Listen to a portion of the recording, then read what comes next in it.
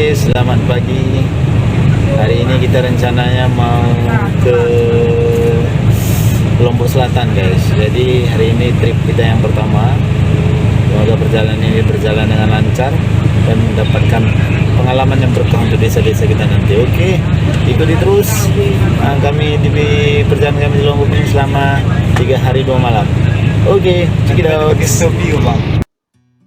Oke, hari ini kita berangkat dari hotel kira-kira jam 9 dan langsung naik bus menuju ke Lombok Selatan.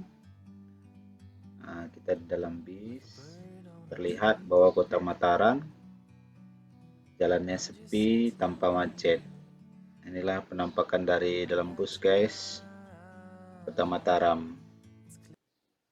Jadi Lombok ini Bapak Ibu sekalian, itu bukan merupakan sebuah pulau yang artinya kalau kita katakan dulu Lombok ini kan bagian dari Bali, ya, namanya disebut ya dengan Sunda Kelapa. Itu sampai di NTT Bapak Ibu sekalian ya. Tapi setelah terjadi di masa sebelum Orde Baru kayaknya ya, itu sudah memiliki provinsi sendiri yang berada terpusat di Mataram ya. Nah, baik mal dengan yang namanya kawin culik atau kawin lari ya. Nah, jadi kalau ada perempuan yang sudah mau menikah, maka perempuan itu akan dibawa kabur dari dia punya rumah ya. Dan 24 jam dari dia kembali, maka akan ada informasi bahwa anak bapak sudah diculik dan siap menjadi istri anak kami ya. Nah, kalau bapak-bapak yang tidak berdomisili boleh lah ya. Ada yang mau berdomisili Lombok? Ada nih bapak ini nih. Ya, tunggu malam. Mami bapak pun ini. Itu orang tuanya kalau tidak melempar kita ya, itu akan mengusir dengan cara keras. Dia bilang, kamu kira anak saya anak ayam? Nah, itu bahasanya. Kamu jangan minta-minta begitu dong. Nah, jadi kita harus mengikuti adat. Jadi culik di sini artinya kita bukan menculik untuk menghilangkan ya, disakiti. Ya disakiti sesekali begitu ya. Sesekali saja disakitinya ya. Yang lebihnya kan ya bapak-bapak kan sudah paham semua. Nah, dan yang lain ini Bapak-Ibu sekalian, untuk perempuan di desa Sade atau Sukerare namanya nanti kita tuju ini, perempuan ini harus pandai menenun, atau ini adalah salah satu hasil karya tenun Bapak-Ibu sekalian ya. Ini yang buatan tangan. Jadi proses menenun ini memiliki nilai filosofi. Pertama, karena menenun ini membutuhkan waktu yang lama, kesabaran, ketelitian, dan tidak boleh menggunakan pakaian, hanya menggunakan sarung dan udang atau ini. Oke guys, Provinsi Nusa Tenggara Barat juga termasuk sebagai destinasi wisata religius, di mana Nusa Tenggara Barat juga sering disebut sebagai negeri 1000 masjid. Sepanjang perjalanan kami melintasi jalan provinsi, kami dimanjakan dengan pemandangan masjid-masjid yang luar biasa megah. Konon katanya penyebaran agama Islam di Nusa Tenggara Barat pada zaman kerajaan dahulu sangat luar biasa, sehingga penduduk Nusa Tenggara Barat mayoritas beragama Muslim.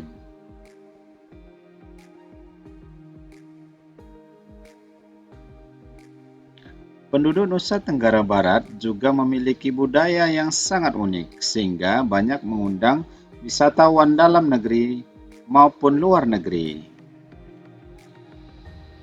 Dalam mengelola pertanian, masyarakat Nusa Tenggara Barat sangat terkenal dengan padi dan jagung, sehingga beberapa waktu yang lalu Nusa Tenggara Barat pernah menjadi lumbung padi nasional.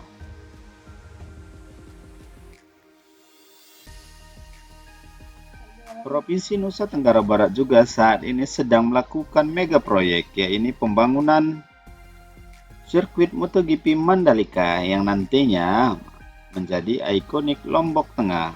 Patut ditunggu 100%-nya ya guys.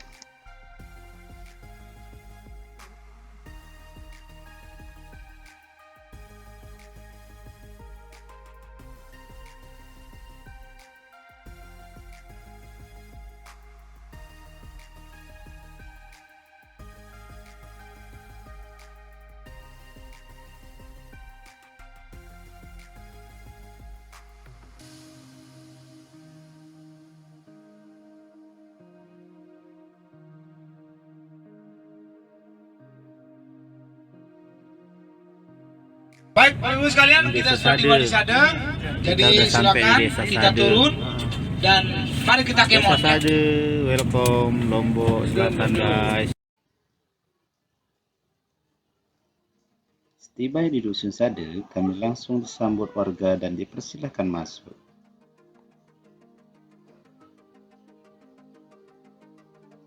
Dusun Sade berlokasi di Lombok Selatan. Setiap pengunjung yang akan masuk harus mengisi buku tamu dan kami diarahkan pada rumah adat, tempat warga desa Sade berkumpul.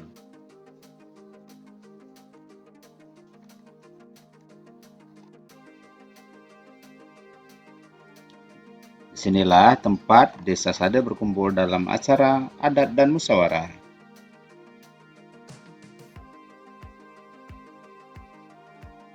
Tempatnya sangat luar biasa dan masih sangat tradisional.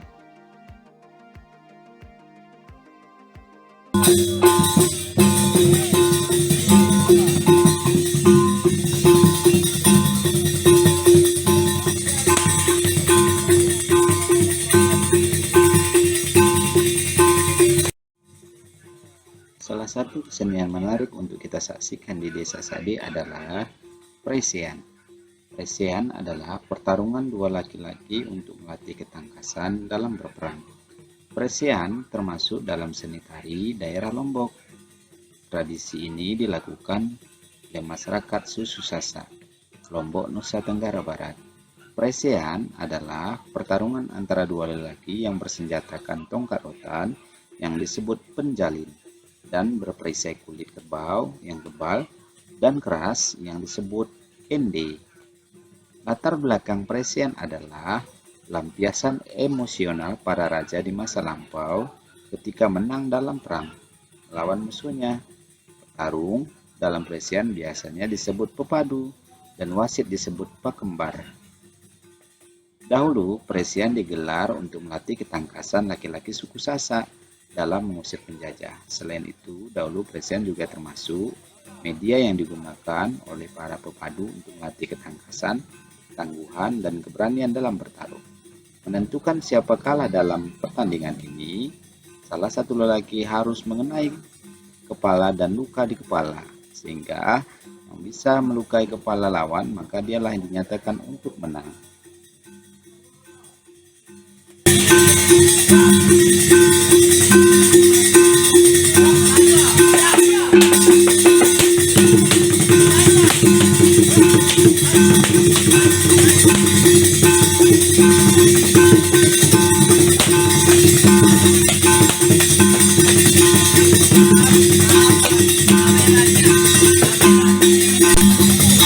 Apa? Kan ini tadi pagi dipel pakai tai sapi. Tujuan dipel pada kerbau itu supaya rumahnya ini nggak debu, rusak atau retak. Dan tujuan kedua supaya nggak ada nyamuk malam hari. Dan dari segi nilai ritual, setiap ada upacara-upacara adat yang dianggap ritual, 3 hari sebelum acara rumahnya ini selalu dipel pakai tai kerbau. Dianggap sebagai penolak bala dan untuk mensucikan rumah. Itu dari segi adat. Tapi kalau dari agama ya berbeda cerita, sehingga kita buat masjid, di masjid lah tempat kita sholat untuk memisahkan adat sama agama gitu ya. Jadi di dalamnya ada dapur sama kamar anak perempuan suku Sasak. Tempat tidurnya di dalam ini. Ayo masuk lagi ya. Kuat apa masih luas kok ini. Ada bisa banget. Kamarnya. Lihat. Mana kamar perempuan mana? Kamar perempuan yang ini, tapi untuk saat ini yang tidur di sini anak laki-laki. Ya. Rumah ini anak perempuannya udah nikah semua. Sekarang rumah ini ditempati 4 orang. Ibu bapaknya sama anaknya yang laki-laki 2. Kakaknya saudara yang besar udah pindah semua. Udah kawin. Harus anak laki-laki yang bungsu yang mewarisi rumah. Guys, kita masuk lagi ke Desa Sukarare, Lombok Tengah guys. Ini posisinya di Lombok Tengah. Kita disambut Desa Sukarare. Oke guys, kita telah tiba di Desa Sukarare.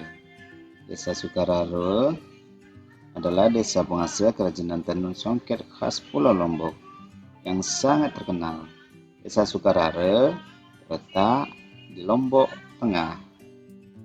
Beberapa keunikan dari Desa Sukarare dan hasil kerajinannya menjadikan tempat ini wajib kita kunjungi saat berada di Pulau Lombok. Keunikan tersebut adalah: 1. Tenun songket adalah kain tenun yang dibuat melalui teknik menambahkan benang dengan benang sintetis sebagai hiasan, biasa berwarna emas dan perak. Benang yang digunakan dalam menenun adalah benang-benang pilihan yang sudah terbukti kekuatannya. Selain itu, kain tenun khas desa Sukarar ini tidak mudah luntur karena pewarna yang digunakan terbuat dari bahan-bahan alami yang diambil dari tumbuhan.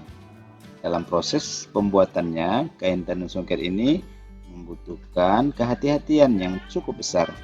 Dibutuhkan waktu 1 minggu sampai 1 bulan untuk penenun menyelesaikan satu kain katun songket. Kain tenun songket khas desa Sukarar ini telah menjadi bagian komoditi Pulau Lombok yang sudah terkenal di pasaran luar negeri. Motif-motif songket yang ditawarkan dari hasil kerajinan desa Sukarar ini sangat beragam. Misalnya, kembang 8, motif ayam, motif toke merupakan simbol keberuntungan, motif kembang 4, motif rekod horizontal, dan lain sebagainya. 500 sampai 2 jutaan guys. Terus pembuatannya kurang lebih 1 bulanan. Nah, jadi itu fungsinya koperasi. Jadi koperasi sama kantor desa atau pemerintah yang akan mempromosikan. Jadi kita sebagai penduduk atau penenun di sini itu hanya menyediakan. Iya. Nah, jadi wisatawan yang datang kemari itu kalau ada yang disukai atau yang diminati bisa dibeli. Nah, itu di Lombok. Ini namanya motif Subhanallah kalau sudah jadi seperti ini.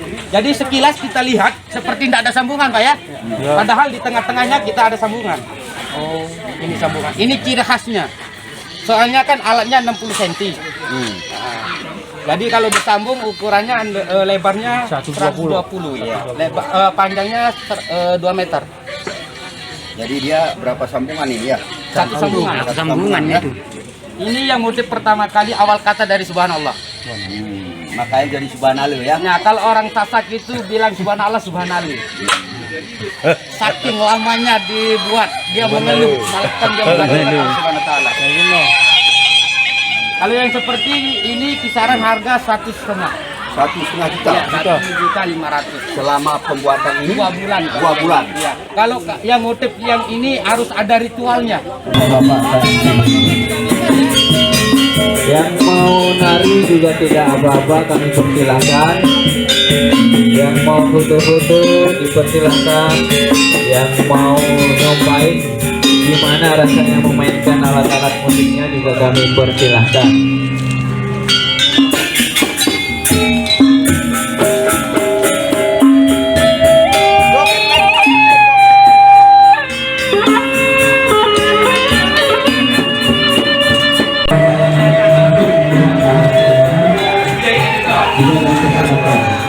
Pusat pasarnya guys, pusat pemasaran tenunnya guys.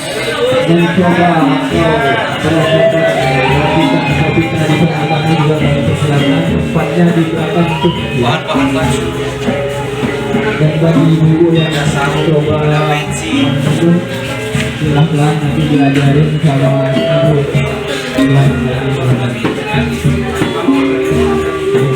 Sekedar foto-foto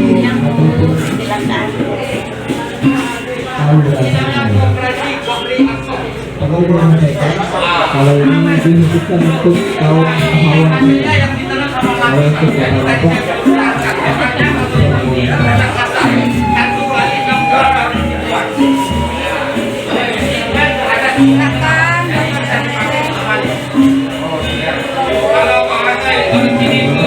Letas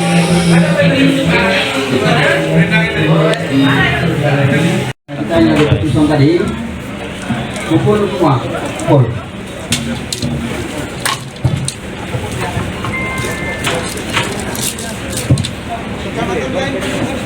bisa dari kecamatan yang jelasnya dari rombongan kita tadi semua. Ayo rapat.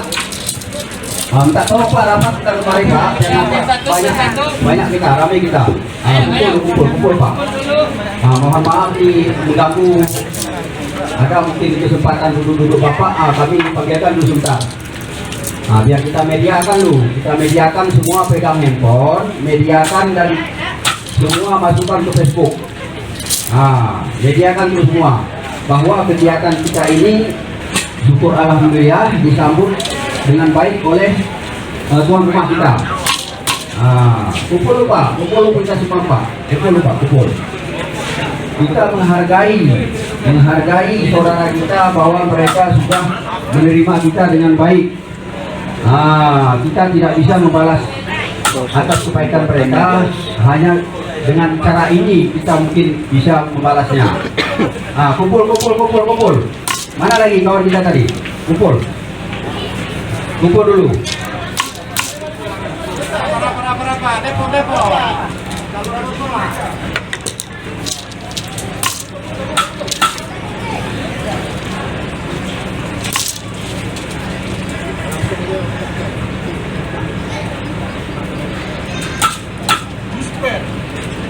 Pegang dulu, siapa pegang nih? Tolong pegang nih. Mohon maaf Pak. Mohon maaf, tolong pegang Pak. Jadi Bu, ini untuk apa nih Bu? Untuk Musiknya deh. untuk Ada yang aja, yang kayak tadi itu. nggak bisa. Oh, biar ketat ya Bu ya? Oh, Ambil gambar. Silakan Pak. Ambil gambar. Iya. Iya.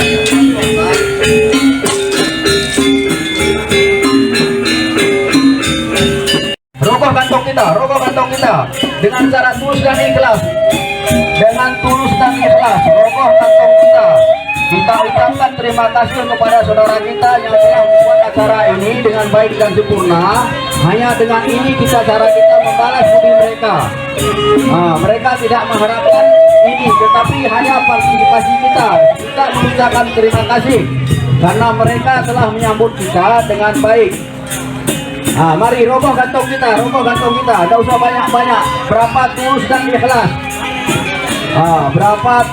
ikhlas. Kita mengucapkan terima kasih atas partisipasi saudara kita yang telah menerima kita dengan baik. Ini untuk kita juga semua. Coba ini yang kita lakukan untuk bahan kita. Atas partisipasi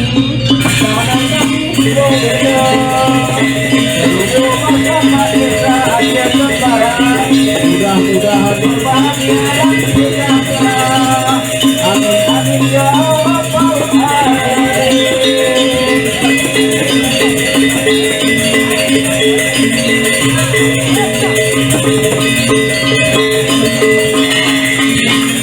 Mari silakan, siapa lagi silakan masuk. Tuh, silakan. Yang putri juga bisa. oke guys, kita lanjutkan lagi ke desa 3. Ini desa Dek. Desa apa nih? Kampung Sehat. Jangan abang gemuk. Kampung Sehat Bonjeruk. Ini desa Bonsehat. Desa Bonjeruk, Kecamatan Jonggat. Ya, ikuti terus perjalanan kami ke desa ketiga. Oke.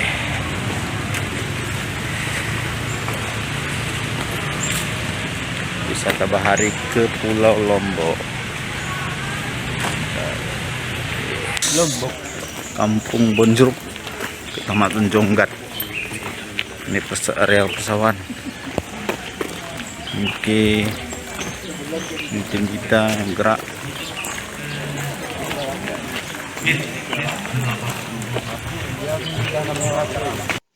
Di desa Bonjeruk ini kita akan melihat bagaimana pengembangan BUMDes mereka.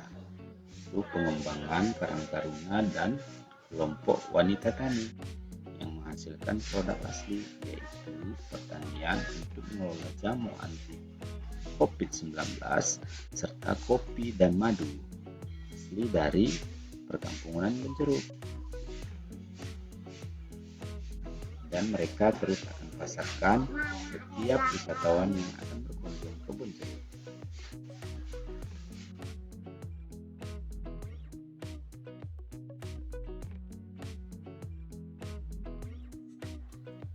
Oke guys, Desa Bonjeruk adalah desa kunjungan terakhir kita di destinasi wisata desa di Kepulauan Lombok.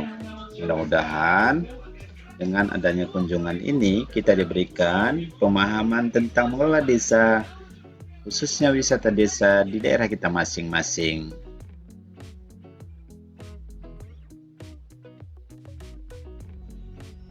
Dengan kunjungan ini, semoga kita terus dapat pemahaman tentang pengelolaan desa, sehingga desa kita bisa berkembang seperti desa-desa yang telah kita kunjungi. Sampai jumpa di kunjungan wisata desa yang lain. Bye-bye.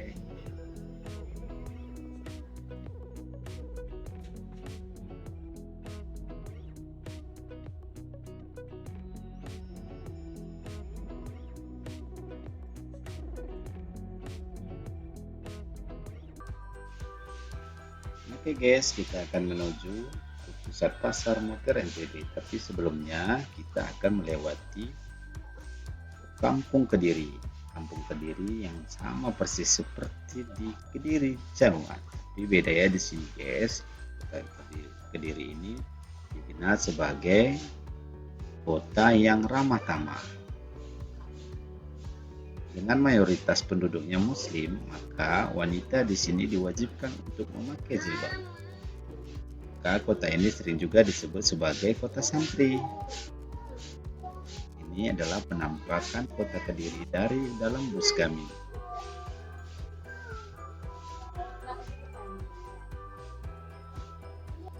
Oke guys, kita telah tiba di pusat pasar Mutiara Lombok, di mana toko ini menyediakan berbagai macam jenis perhiasan, mulai dari kalung, gelang, cincin, dan lain sebagainya. Mutiara yang ada di toko ini berasal dari mutiara sungai dan laut. Dan harganya juga berbeda-beda sesuai dengan bahan yang ditempelkan pada mutiara. Berbahan emas, berbahan perak, dan yang lainnya. Dan pusat pasar Mutiara Lombok ini juga sering dikunjungi oleh wisatawan dalam negeri maupun luar negeri sebagai oleh-oleh untuk dibawa ke daerah masing-masing.